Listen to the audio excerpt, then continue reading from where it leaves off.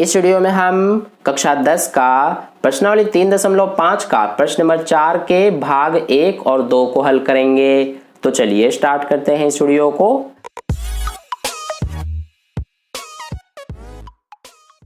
तो देखिए dear students, प्रश्न नंबर 4 में हमसे क्या कहा गया है, निम्न समस्याओं में रैखिक समीकरणों के युग्म बनाइए और उनके हल यदि उनका अस्तित्व हो किसी बीजगणितीय विधि से ज्ञात कीजिए।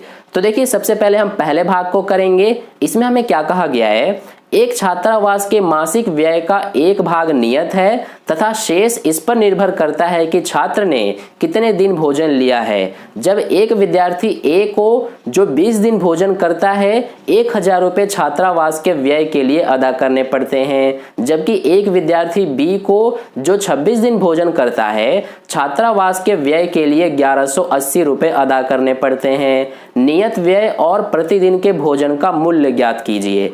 तो देखिए इसमें हमसे पूछा गया है नियत व्यय यानी कि नियत किराया और प्रतिदिन का अतिरिक्त किराया, तो वो हमें नहीं पता है। तो उसके लिए हम सबसे पहले क्या करेंगे यहाँ पर कि मान लेंगे। तो यहाँ पर हम लिखेंगे कि माना जो नियत किराया है वो हम सबसे पहले मान लेंगे। तो लिखेंगे माना नियत किराया, इसको मान लेते हैं x रुपए।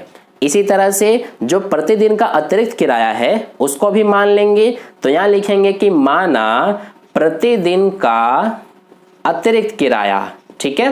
तो यहाँ पर हम लिख लेंगे माना प्रतिदिन का अतिरिक्त किराया, इसको मान लेते हैं y रुपए। तो ये हो गया। अब देखिए इसका हल करने के लिए हमें इसमें सबसे पहले 2 समीकरण बनाने होंगे। तो पहला समीकरण हमारा क्या बनेगा, इसके लिए हमें प्रश्न में कहा गया है कि जो विद्यार्थी ए है वो 20 दिन भोजन करता है जिसके लिए उसे 1000 रुपये देने पड़ते हैं। तो देखिए जो हमारा इसमें 1000 रुपये है उसमें सबसे पहले तो नियत किराया शामिल होगा, यानी कि जो ये नियत किराया है ये हमारा इसमें सबसे पहले शामिल होगा, है ना। तो इसलिए सबसे पहले हम नियत किराया लिख लेंगे जो कि x रुपए है, और इसमें हमारा जुड़ जाएगा क्या, जो 20 दिन अतिरिक्त है वो। तो देखिए अगर हमारा प्रतिदिन का जो अतिरिक्त किराया है वो y रुपए है, यानी कि एक दिन का जो अतिरिक्त किराया है वो y रुपए है, तो 20 दिन का जो अतिरिक्त किराया होगा वो कितना होगा। उसके लिए हम क्या करेंगे कि जो y है उसमें 20 से गुणा कर देंगे, तो ये हो जाएगा 20y। आई होप आपको ये समझ में आ गया है। देखिए हमारा इसमें 20 दिन अतिरिक्त है, यानी कि जो विद्यार्थी है वो 20 दिन भोजन करता है, तो ये 20 दिन अतिरिक्त हो गया। तो यहाँ पर जो अतिरिक्त दिन है यानी कि एक दिन जो अतिरिक्त है उसका y रुपए है, तो यहाँ पर 20 दिन का क्या हो जाएगा, हमने 20 का y से गुणा कर दिया तो 20y हो जाएगा। तो ये कुल मिलाकर कितने रुपए हैं, 1000। तो यहाँ पर हम लिख देंगे बराबर में 1000, और ये हो जाएगा पहला समीकरण, ठीक है। तो आई होप आपको समझ में आ गया कि हमारा ये पहला समीकरण कैसे बना है। इसी तरह से अब हम दूसरा समीकरण बनाएंगे। तो उसके लिए आगे हमें प्रश्न में कहा गया है कि विद्यार्थी बी जो है वो 26 दिन भोजन करता है और इसके लिए वो 1180 रुपये देता है। तो देखिए इसमें भी सबसे पहले तो नियत किराया शामिल होगा जो कि हमारा कितना है, x रुपए, ठीक है। और इसमें जुड़ जाएगा क्या, जो 26 दिन अतिरिक्त है उसका किराया।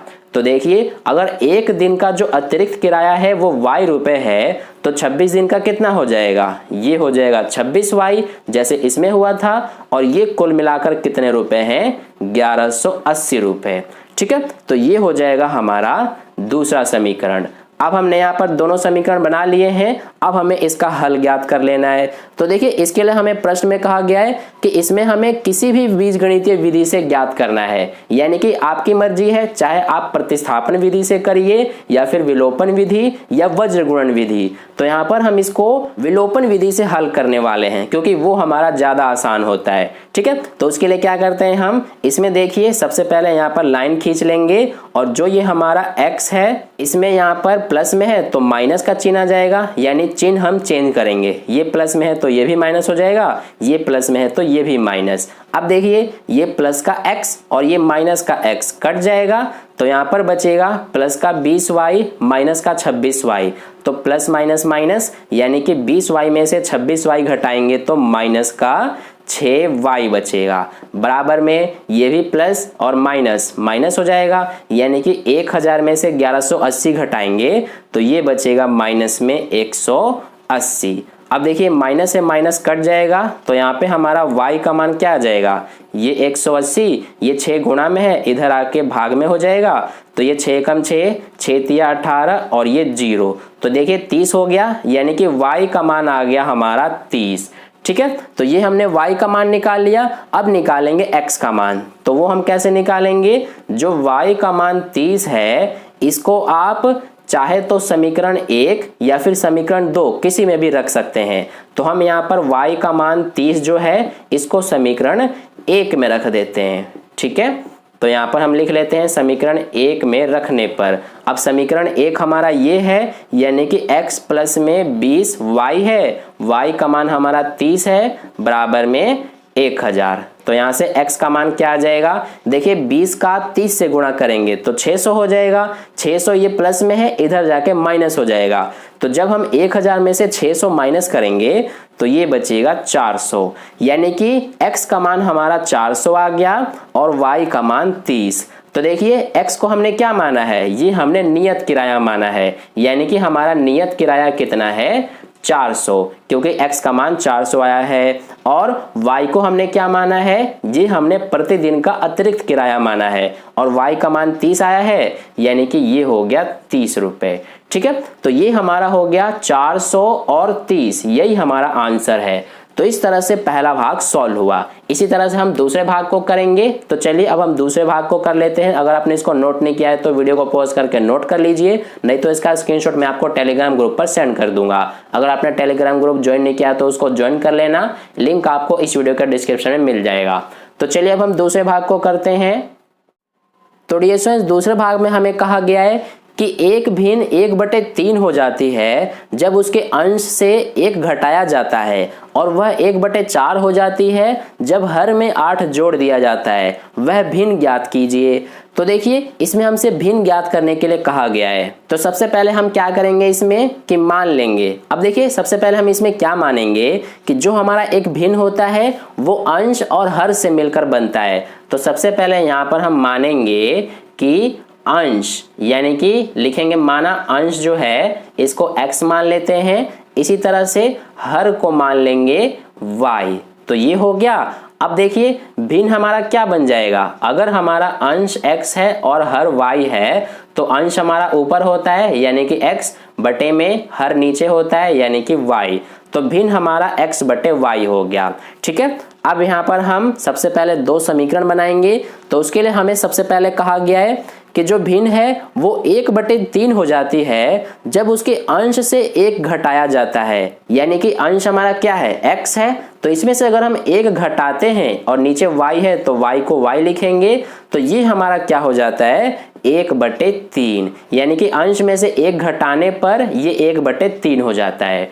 ठीक है, तो ये हो गया। अब इसको सबसे पहले हम सॉल्व कर लेंगे, ये दोनों का क्रॉस मल्टीप्लाई कर देंगे। तो सबसे पहले 3 का x से गुणा करेंगे तो ये क्या हो जाएगा हमारा 3x, फिर 3 का -1 से गुणा करेंगे तो -3, बराबर में y का 1 से गुणा करने पर y आ जाएगा। तो देखिए ये 3x, ये y इधर आके माइनस में हो जाएगा और ये -3 इधर जाके प्लस का 3, तो ये हो जाएगा हमारा पहला समीकरण।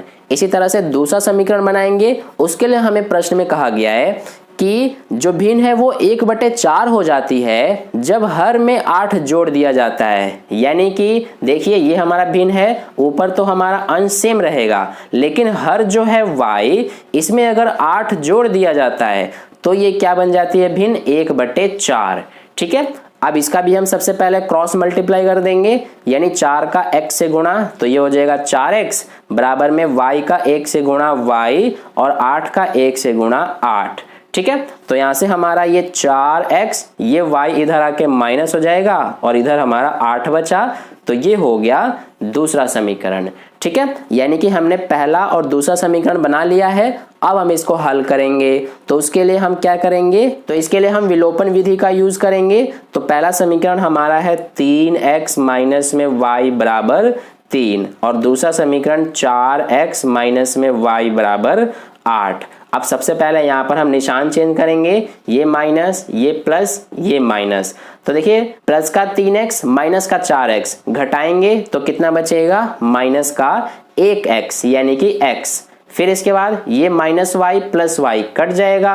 देखिए यहाँ पर क्या बचा, ये प्लस का 3 माइनस का 8, तो ये बचेगा माइनस का 5, तो ये माइनस से माइनस कट गया, तो x का मान आ गया हमारा 5।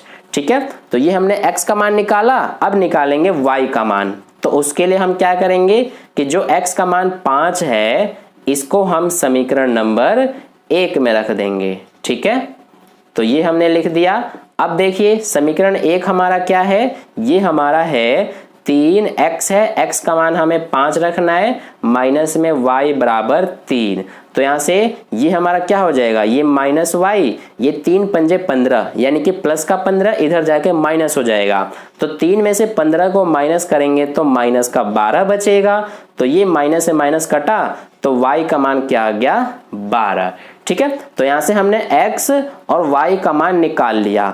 अब देखिए हमने यहाँ पर भिन्न क्या माना था, x बटे y, तो x का मान हमारा क्या आया है 5 बटे में y का मान 12, यानी 5 बटे 12 यही हमारा आंसर है। ठीक है, तो ये हो गया हमारा पहला और दूसरा भाग का सॉल्यूशन कंप्लीट। आई होप आपको वीडियो अच्छा लगा है। अगर वीडियो अच्छा लगा है तो लाइक कर देना, अपने दोस्तों के साथ शेयर कर देना, और पहली हुआ वीडियो को देख रहे हैं तो चैनल को सब्सक्राइब करके बगल में जो बेल आइकन आता है उस पर ऑल वाले पे क्लिक कर लेना, ताकि नेक्स्ट वीडियो जैसी अपलोड की जाए उसका नोटिफिकेशन सबसे पहले आपको मिल जाए। मिलते हैं अगली वीडियो में, धन्यवाद।